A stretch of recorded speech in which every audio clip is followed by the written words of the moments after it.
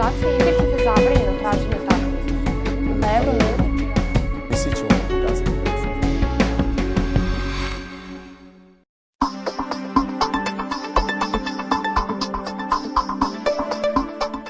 Moje ambicije prilikom preuzimanja Centra za pružanje usluga socijalne zaštite su išle u pravcu da ovo postane priznata i poznata ustanova našeg grada u smislu izlaska iz socijalne izolacije i da se u našem gradu lokalna zajednica senzibiliše za različitost, a u isto vreme da se korisnici ojačaju u skladu sa njihovim individualnim mogućnostima i kapacitetima, da i oni postanu priznati, poznati i zadovoljni članovi.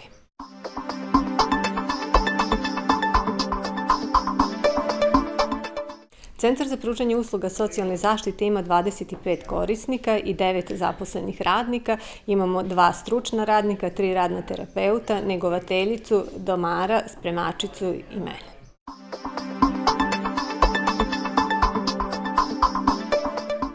Smešteni kapaciteti to dozvoljavaju, ali ukoliko bi se broj korisnika povećao, u isto vreme bi morali da povećavamo i broj stručnih radnika, što u ovom trenutku sigurno predstavlja dodatnu teškoću i opterećenje.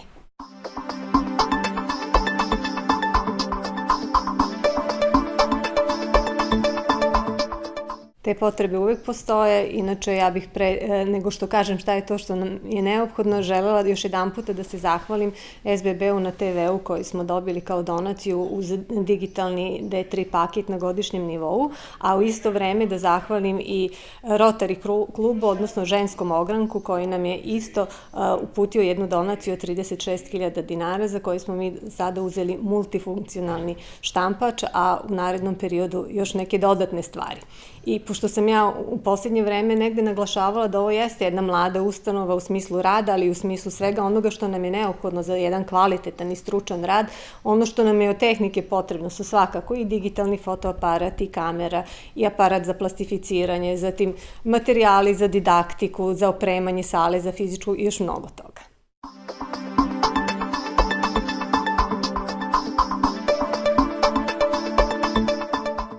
U skladu sa onim što sam na samom početku rekla, mi jesmo ustanova koja je svoje vrata širom otvorila prema lokalnoj zajednici i prema svima koji žele da budu i naši saradnici i da se uključe u sve naše aktivnosti.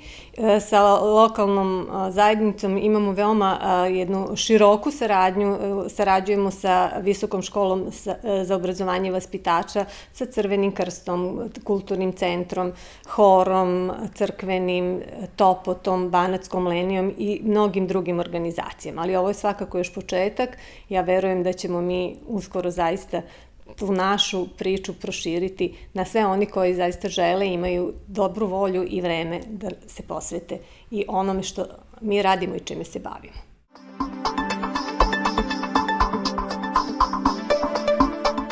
Dobra volja može na više načina da se iskoristi i da se negde definiše. Jedan svakako jeste taj materijalni moment gde mi imamo naš donatorski račun i da svi oni koji imaju želju i potrebu, a takvih već ima, mogu da nam se obrate i da uplate novčana sredstva.